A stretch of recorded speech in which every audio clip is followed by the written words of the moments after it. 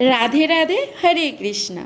आज की कथा में आप सभी भक्तों का हार्दिक स्वागत है। भगवान श्री कृष्ण और श्री राधा रानी की कृपा सदैव आप और आपके समस्त परिवार पर बनी रहे। बोलो पुरुषोत्तम भगवान की जय। सूत जी कहने लगे कि इसके बाद नारद जी विस्मय युक्त हो मेधावी ऋषि की कन्या का वृत्तांत पूछने लगे। नारद जी ने पूछा, हे प्रभु, फिर उस ऋषि की कन्या ने वन में क्या किया? क्या किसी ऋषि ने उसके साथ विवाह किया? नारायण कहने लगे, इस कन्या ने दुख के साथ अपने पिता का स्मरण करते हुए वह आश्रम में रहकर कुछ काल व्यतीत किया। भाग्यवश एक दिन उस वन में अपनी इच्छा से विचरण करते हुए महाकोप वाले दुर्वासा मुनि आ गए। आश्रम में मुनि को आता हुआ देखकर शोक सागर में डूबी हुई उस कुमारी ने उठकर धीरज धारण करके मुनि को अपने आश्रम में लाए। धैर्य पद और वन के नाना प्रकार के फलों से आदर करके मुनि का पूजन किया। फिर उस कन्या ने आदर से कहने लगी, हे मुनि, आपको नमस्कार है। मुझ दुर्भागिनी के आश्रम में आपका कैसे आना हुआ? आपके आने से मेरे भाग्य का उदय हो गया, अथवा मेरे पिता के पुण्य प्रताप से मुझको समझाने के लिए आप आए हैं। आप जैसे महात्माओं के तीर्थ रूपी पाँव के रजकन को स्पर्श कर मेरा जन्म सफल हो गया। जो आप जैसे महात्माओं का मुझको दर्शन हुआ। इस प्रकार कहकर यह बोला, उनके आगे चुपचाप होकर बैठ गई। तब दुर्वासा मुनि कुछ हंसकर बोले, धन्य धन्य हे ब्राह्मण पुत्री, तुमने अपने पिता के कुल का उद्धार कर दिया है। कन्या बोली, हे मुनि, आपके वचनों को सुनकर मेरा दुख दूर हो गया। हे मुनि, आप कृपा कर ऐसा उपाय बतलाइए जिससे मेरा दुख दूर हो। मैं दुख शोक में अग्नि की ज्वाला से जल रही हूँ। इस अग्नि को शीघ्र बुझाओ। मेरे हर्ष उपजाने वाला और कोई नहीं दिखाई देता। मुझको धैर्य देने वाली ना तो मेरी माता है, ना पिता, ना भाई। मैं दुख पीड़ित किस प्रकार जीवन निर्वाह करूँ? जिस दिशा को देखती हूँ वही अंधकार दिखाई देता है। अतः हे तपोनिधि, मेरे दुख को दूर करने का उपाय जल्दी करिए। ऐसा कहकर वह कन्या उनके आगे बैठ गई। दुर्वासा मुनि उसके उपाय के वास्ते सोचने लगे।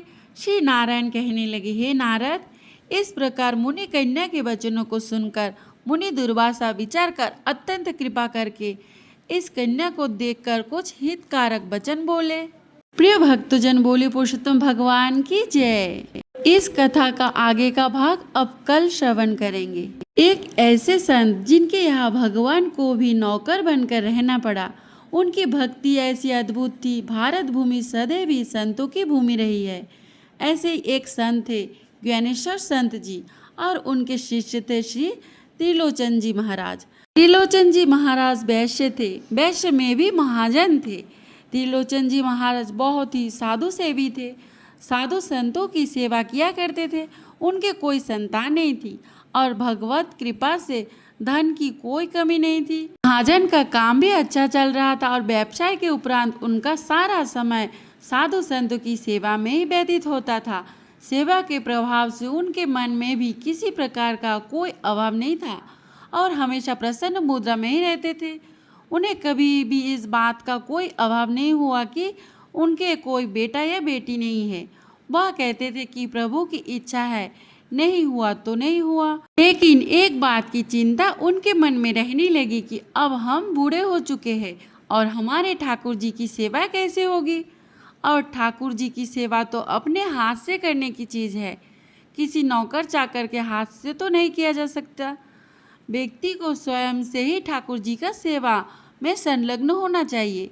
अभी तक तो त्रिलोचन जी महाराज अपनी पत्नी के साथ ठाकुर जी की सेवा किया करते थे, परंतु अब उनका शरीर वृद्ध हो चुका था और वह सोच रहे थे कि हे प्रभु, अब कोई ऐसा सेवक मिल जाता जिससे कि साधु संतों की सेवा भी होती रहती और हमारा भी काम चलता रहता।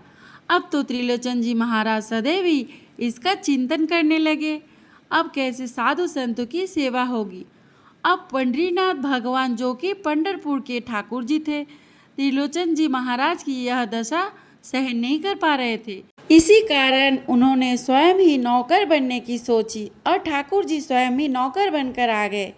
अब ठाकुर जी नौकर के स्वरूप में त्रिलोचन जी महाराज के पास पहुँचे और ठाकुर जी एक विचित्र रूप धारण करके आए थे। फटे पुराने कपड़े, 15-16 साल की उम्र, केश घुंघरालू परंतु स्वरूप अति सुंदर। ऐसा लग रहा था जैसे महीनों से नहाना भी नहीं हो।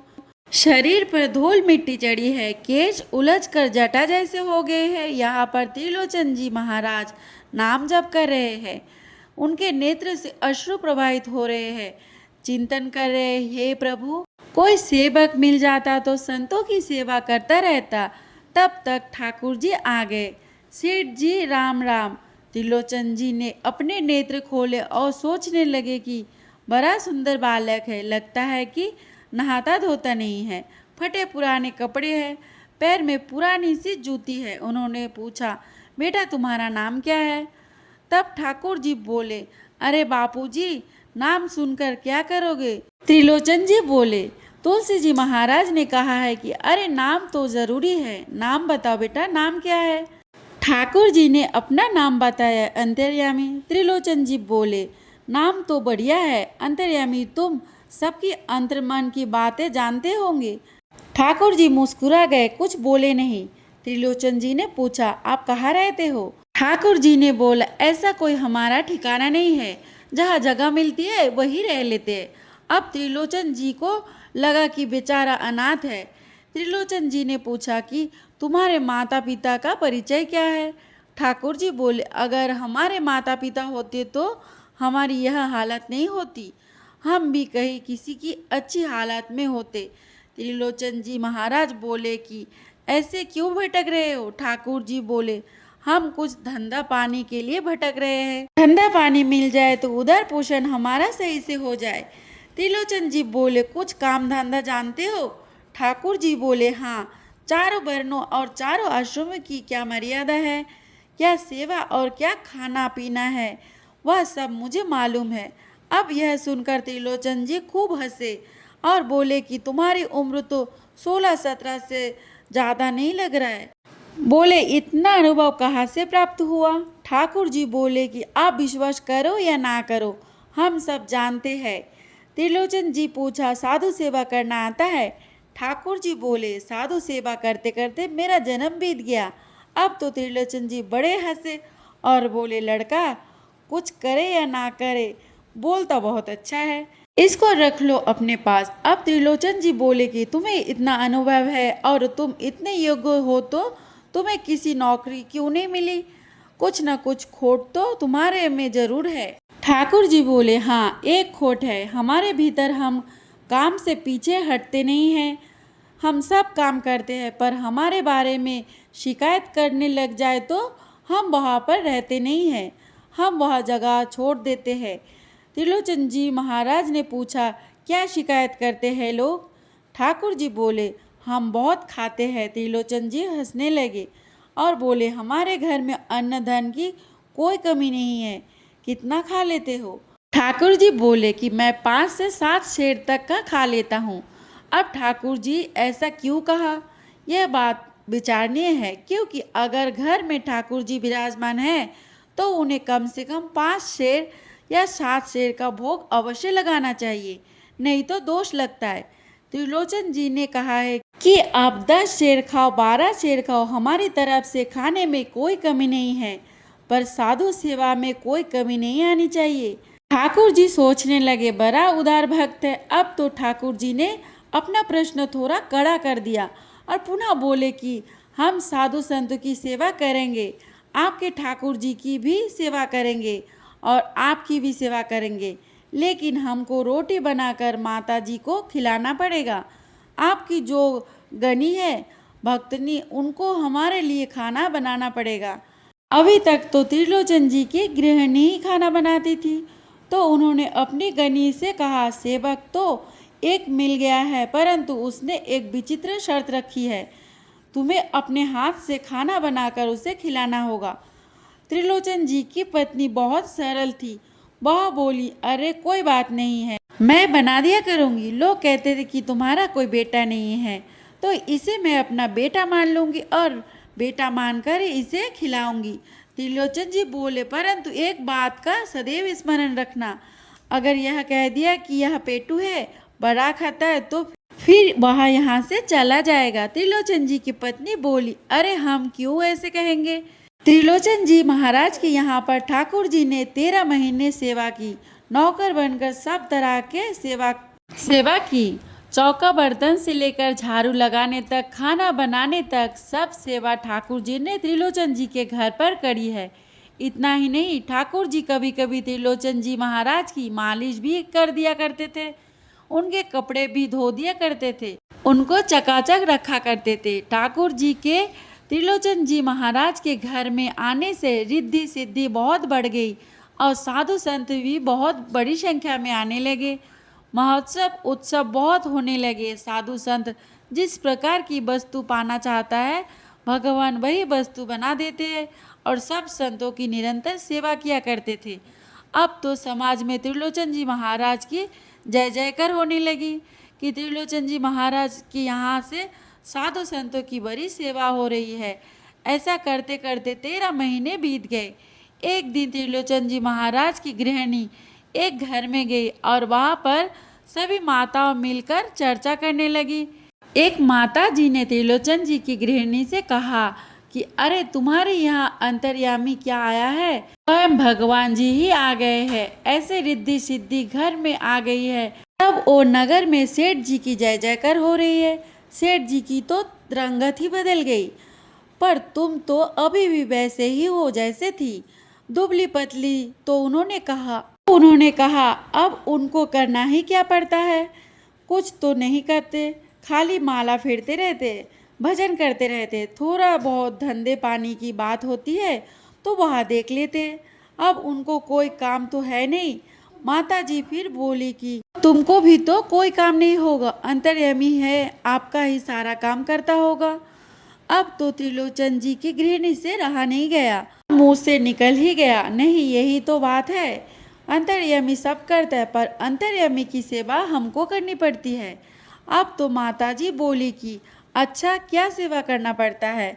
हाथ पांव दबाना पड़ता है या कपड़े धोने पड़ते हैं?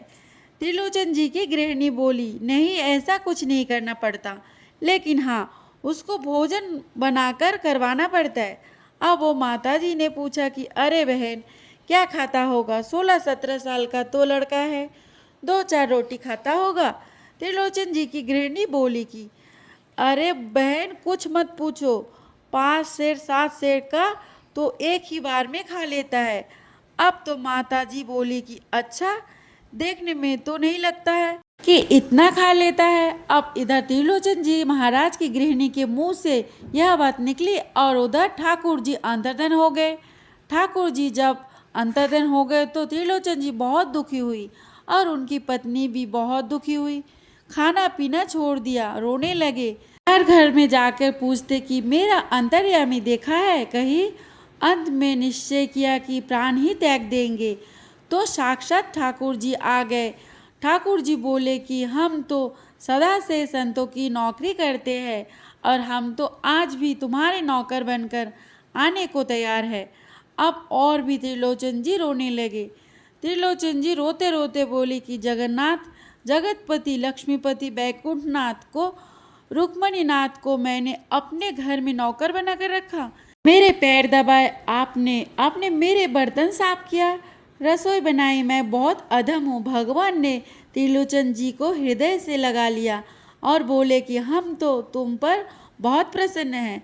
भक्तमाल की कथा में नाभाजी ने त्रिलोचन जी महाराज को चंद्रमा कहा है। भक्ति जगत का चंद्रमा, सिखों का जो पवित्र गुरु ग्रंथ साहिब है उसमें भी श्री त्रिलोचन जी महाराज की पद सम्मिलित किए गए हैं। हरे कृष्णा। आज की कथा सागर आपको पसंद आई तो वीडियो को लाइक करने के साथ साथ ही शेयर भी करना, साथ ही में चैनल को सब्सक्राइब करना। बोले भगवान विष्णु की जय, पुरुषोत्तम भगवान की जय।